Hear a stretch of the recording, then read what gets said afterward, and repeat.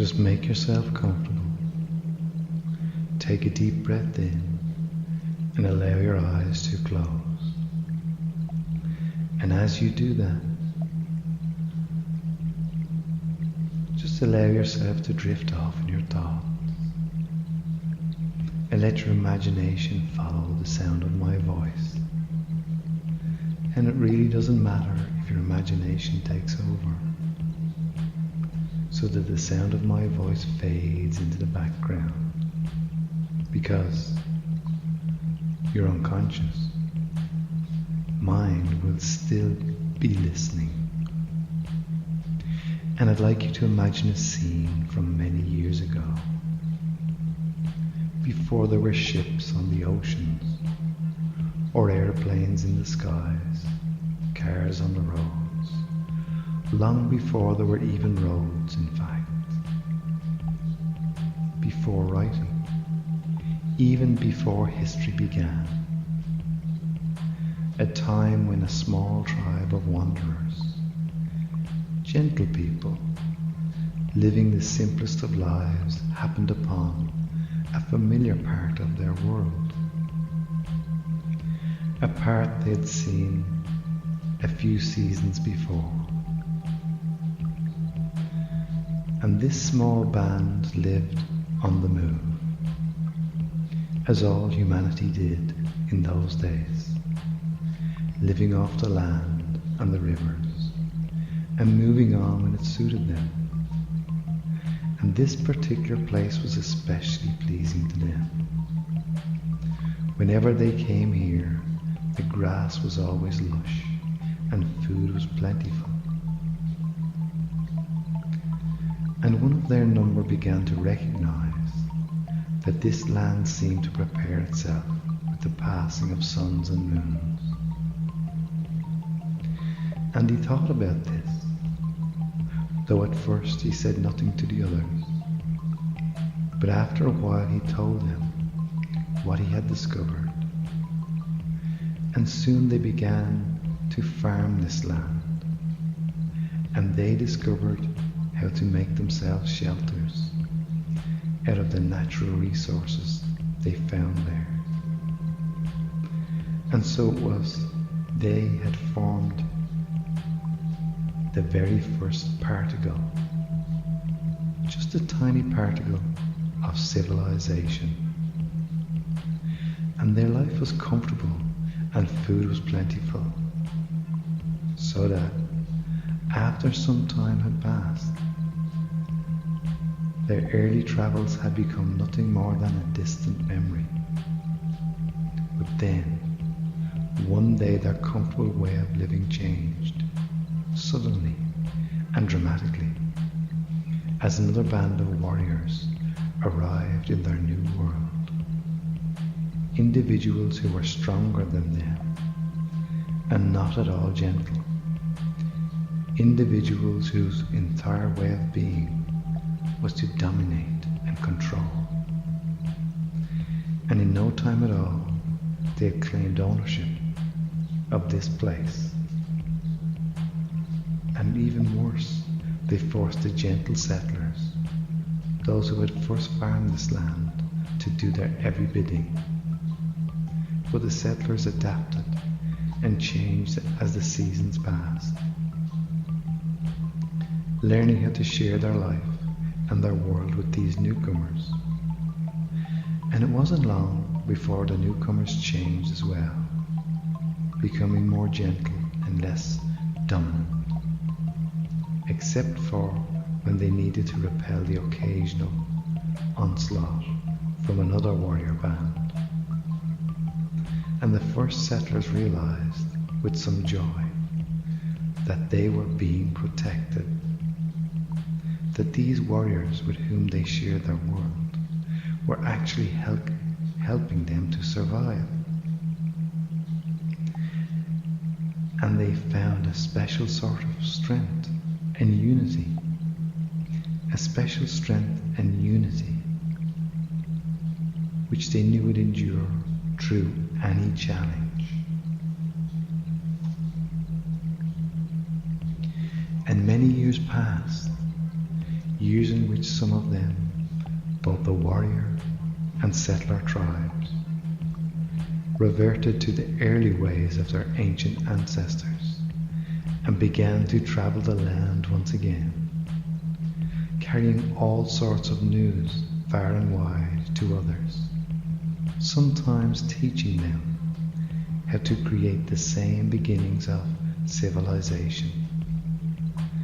Centuries passed, and a generation after generation of these same people, all sharing the same strengths, and the hundreds of years became thousands, thousands of years which saw earthquakes and volcanic eruptions, massive storms and hurricanes that would decimate huge tracts of lands.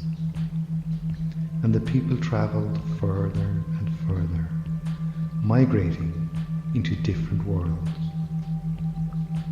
sometimes joining in the battles that would rage for years. And still the strength of those first settlers prevailed, being passed on from father to son, mother to daughter. And there were many who sought to change things. And then came the Crusades and famine and plague. Witches, wizards and warlocks, tyrants and cruel rulers, those who sought to control by creating fear and terror among their people. And yet, still the strength of those early settlers carried on, surviving every trial, every test, never giving way, never giving in, never giving up, because they had a deep and certain knowledge that their strength and unity would prevail, that they would finally achieve their goals. And yet more time passed, and great inventions were created. Industry began, and then there came railways, telephones, motor cars, great ships which would carry people across the oceans to the four corners of the world. Airplanes and more battles, the like of which had never been seen before, but yet still the strength of those early settlers survived. And then, not long ago, in the great scheme of things, maybe only a few years ago or so, two of these people met and became one, and brought together their own individual streams of history, which had been handed down to them from their ancestors. And after a little while, a very special individual was born, an individual who was directly related to that one who first discovered how to farm, an individual who possesses the sum total of all humanity's strength and skill.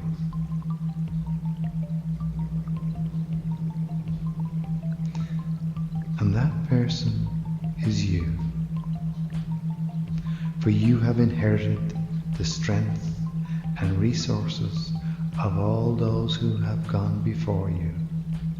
Strength and resources which will allow you to find great success in your life.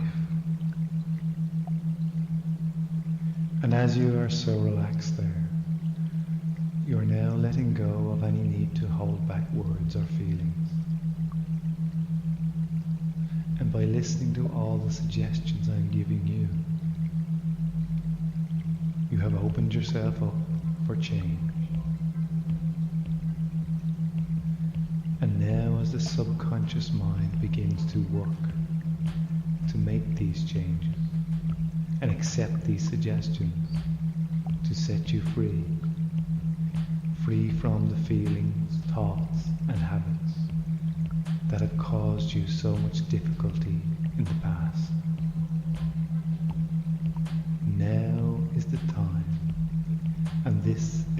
space to allow yourself to change. And you are going to find yourself becoming calmer. And your words will just begin to fall out of your mouth, streaming out in perfect time with your thoughts. Those barriers have been removed.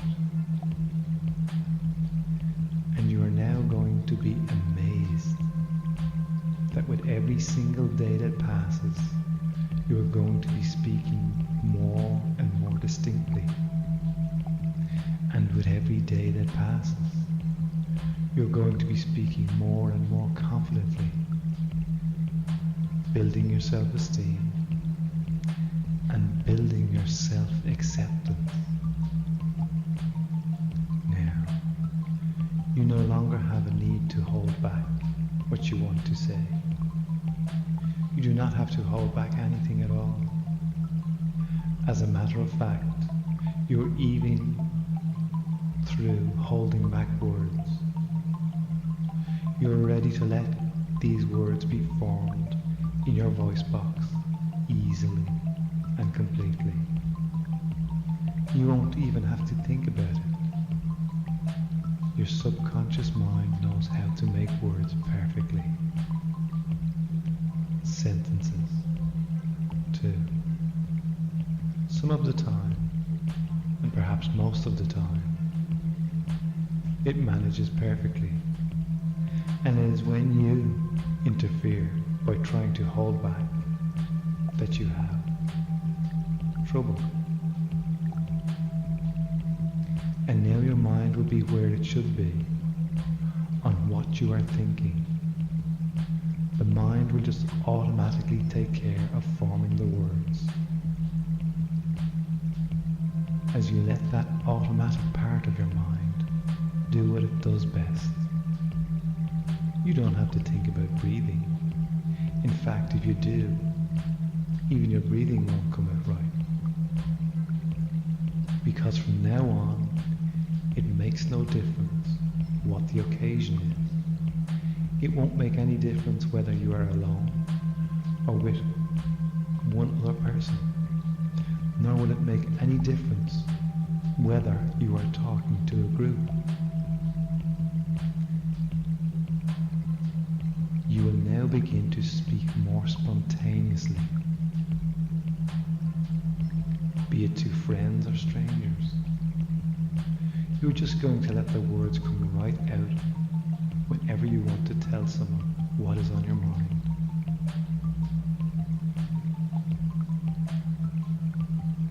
Your mind will focus on your thoughts, and the automatic part of the mind will turn your thoughts into speech anytime you wish to express yourself. They will just come out easily, like they are just falling right out of your mouth. And from this day forward, from now on, your mind will be on what others are trying to say to you. In the past, you have been much too focused on yourself. And focusing on yourself does not work. Focusing on what and how you say each word does not work. And you know this is true because you've tried it and it does not work. And this is a new, fresh start because you are moving on from the past into the here and now. And all that has ever happened can no longer affect you. It is only history. And you never have to feel those old useless feelings again. You are forgiven. All others are forgiven. You don't have to be frightened any longer. You are not the child that was impressed with the sensation of holding back words. That child is now safe and secure. You are safe and secure. And your unconscious mind is now that you are a grown person. You are able to do all of the things that any other adult is able to do. You have a right to express yourself clearly. You will do this bravely, letting go of the past. I've seen many other people who normally don't stutter at all, and then when they are near a person who does, they also begin to stutter. This is because they become overly self-conscious of what they are saying, and then they have more difficulty listening to what the other person is saying. And if they become nervous, they will even stutter more. I know this is true because it has happened to me, and I have seen it happen to others. So from now on, when in the future you find that you slip up on a word, I want you to know that it is only natural. All people from time to time will stutter. And if they start to feel nervous or upset, they will stutter even more, until they direct their attention away from the formulation of the words and back to the content of what they are saying and the effect that it is having on others. These other people are able to stop stuttering because they do not focus on the words, but rather on what they are saying. And from this point on, your words will just fall out your mouth. And if you stutter, it means nothing. All people do. Just let that automatic part of your mind go back to work. It will do what it does best. Turn your attention back to what you are thinking, or who you are speaking to, and you will be able to express yourself much more successfully and easily.